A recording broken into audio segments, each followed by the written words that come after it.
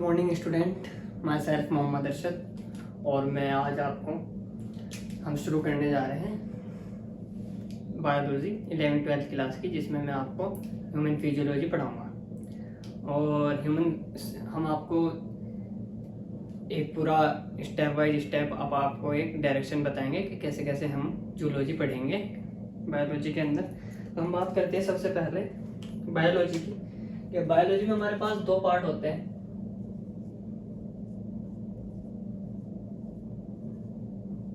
ये हमारा बायोलॉजी में हमारे पास होता है बायो और लॉजी।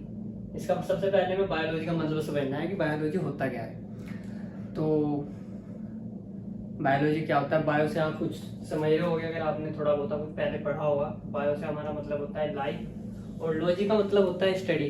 कहीं भी ये वर्ड लगे, लॉजी टर्म लगे, इसका मतलब होता है स्टडी।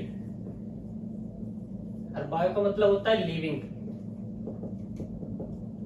तो जब हम किसी भी लिविंग चीज की स्टडी करते हैं, चाहे वो प्लांट हो, चाहे वो एनिमल हो, चाहे वो कोई सा भी माइक्रो ऑर्गेनिज्म हो, तो जब हम बायोलॉजी की बात करते हैं उसमें हम सब लिविंग ऑर्गेनिज्म के बारे में बात करते हैं। तो ऐसे ही हमारे पास बायोलॉजी भी हमारे पास दो ब्रांच में डिवाइडेड है। पहले हमारे पास है प्लांट, और फिर हम बात करते हैं एनिमल की। प्लांट की जो हम बायोलॉजी पढ़ेंगे उसको हम कहेंगे बॉटनी। क्या कहेंगे? बॉटनी। और जब हम एनिमल की बायोलॉजी की बात करेंगे, एनिमल के स्ट्रक्चर की, एनिमल के लिविंग होने की, एनिमल के सेल की हम बात करें, तो हम बात करेंगे जूलॉजी। ठीक है। अब फिर हम बॉटनी और जूलॉजी में भी दो तरह के पढ़ते हैं। बॉटनी में हम पढ़ते हैं प्लांट के बारे में, उसके दो तरह के मॉर्फोलॉजिकल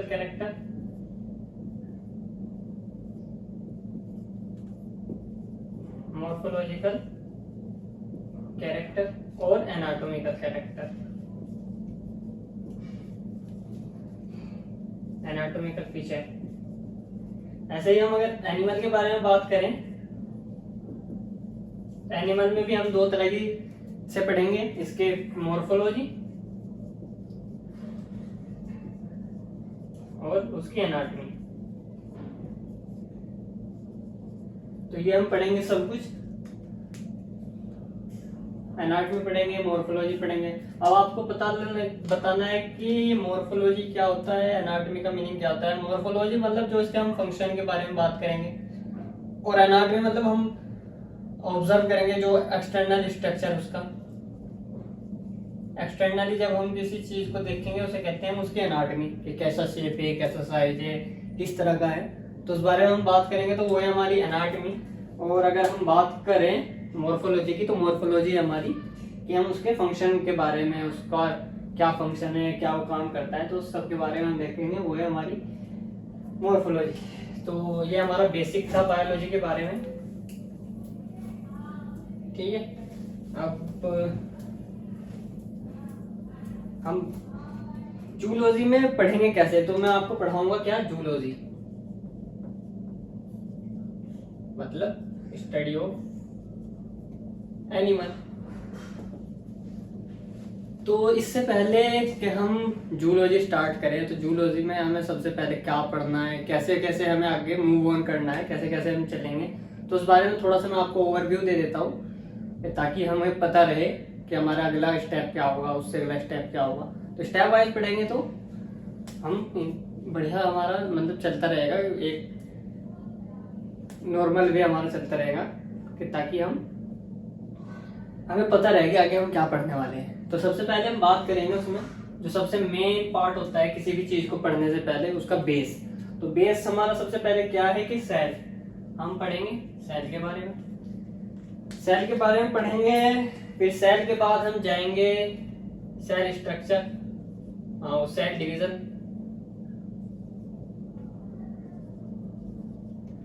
और फिर हम जाएंगे सेल डिवीजन के बाद बायोमॉलिक्यूल। तो कुछ इस तरह का हमारा स्टार्टिंग में बेस रहेगा कि सेल पढ़ेंगे, सेल डिवीजन पढ़ेंगे, बायोमॉलिक्यूल पढ़ेंगे। ठीक है। इसके बाद फिर हमारा आएगा फिर हम चैप्टर वाइज पढ़ेंगे, जैसे absorption, digestion and absorption, digestion पढ़ेंगे and absorption, digestion and absorption हम पढ़ेंगे इसमें। फिर हम पढ़ेंगे breathing and gas exchange, gases exchange पढ़ेंगे हम। फिर हम पढ़ेंगे इसके अंदर बॉडी फ्लूइड एंड सर्कुलेशन,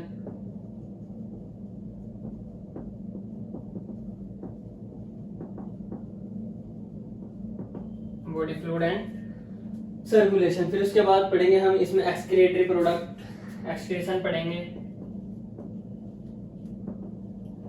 फिर हम पढ़ेंगे इसमें लोकोमोशन एंड मूवमेंट,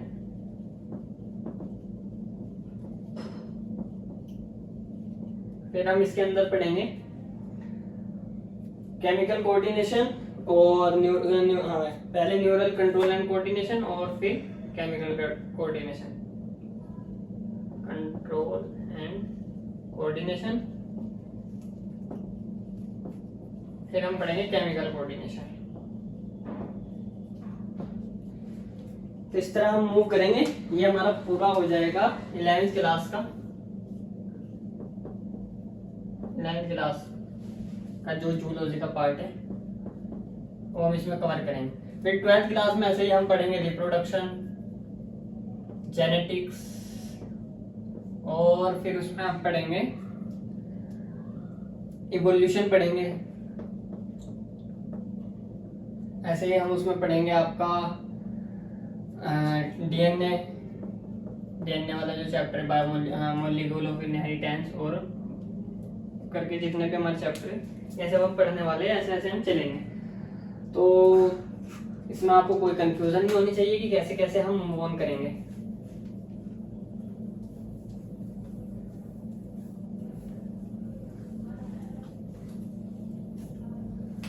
तो ये आज हमारा बेसिक इंट्रोडक्शन था कि कैसे हम मूव ऑन करेंगे, कैसे कैसे हम चैप्टर को पढ़ेंगे, कैसे कैसे हमें फिर उसके बाद कैसे क्वेश्चन करेंगे, वो हम बाकी बात आपको बाद में बताएंगे। तो आज के लिए इतना ही था। Thank you so much. कल हम बात करेंगे सेल की, सेल क्या होता है, सेल हम पढ़ते क्यों हैं, तो उसका सभी हम कल को आपको इंट्रोडक्शन देंगे। ऐसे ऐसे मूव ऑन करेंगे चैप्टर में। Thank you, have a nice day.